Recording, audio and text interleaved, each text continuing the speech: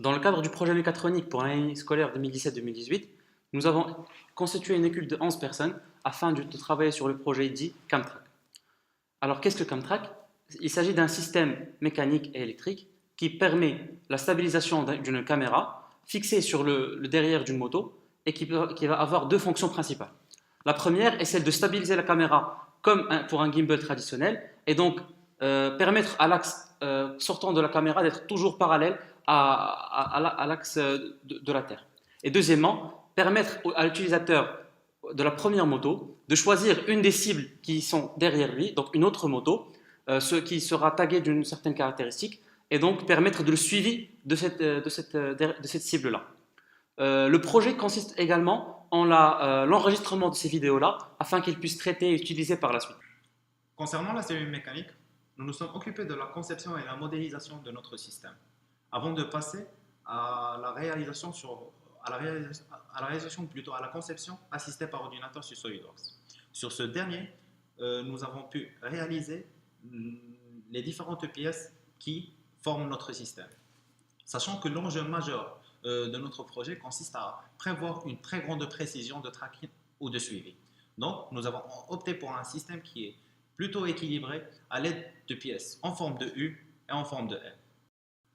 De ce qui est de la réalisation, nous avons pu imprimer les pièces qui sont plutôt complexes à l'aide d'une imprimante 3D. Donc je parle ici des pièces en forme de U, en forme de L, du support de la caméra, ainsi que le support de la GoPro qui est spécifique à cette caméra.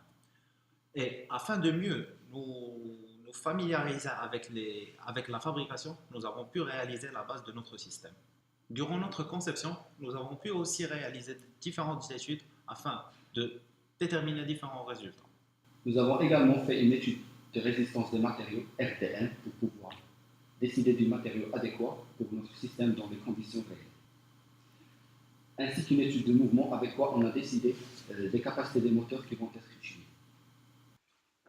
Comme déjà indiqué par mes camarades, et dans la même perspective, en tant qu'équipe électrique, on s'est focalisé principalement à répondre à deux fonctions qui sont principales.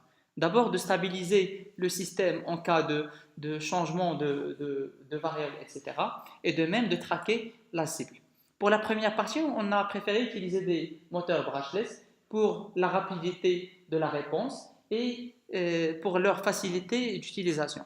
On s'est de même doté d'une basecam qui nous permet de contrôler ces moteurs brushless. Donc, le système total se compose de 3 moteurs qui sont contrôlés par la basecam.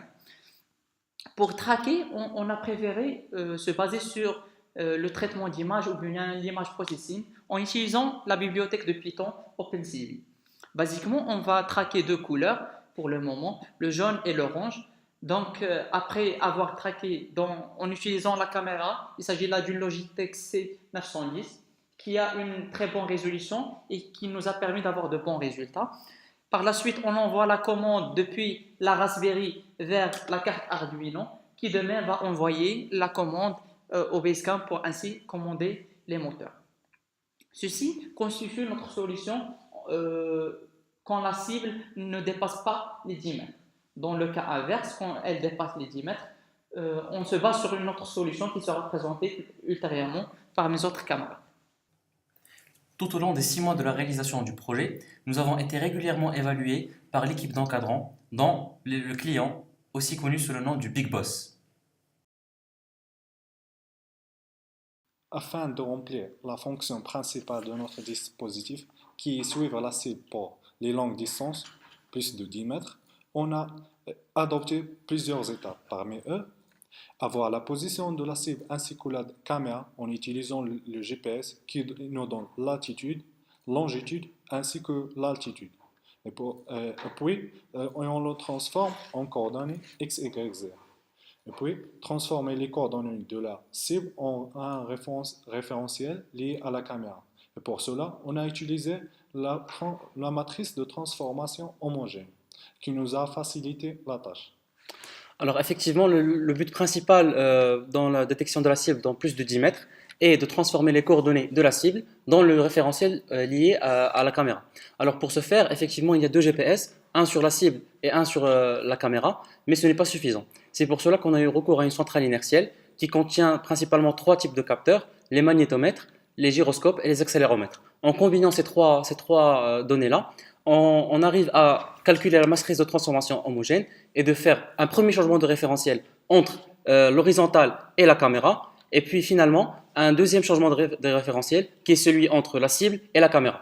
Et donc, quand on a à la fois les coordonnées de la caméra et les coordonnées de la cible dans le référentiel lié à la caméra, on peut calculer les angles qui séparent la caméra et la cible et ainsi envoyer la commande au moteur pour corriger cela.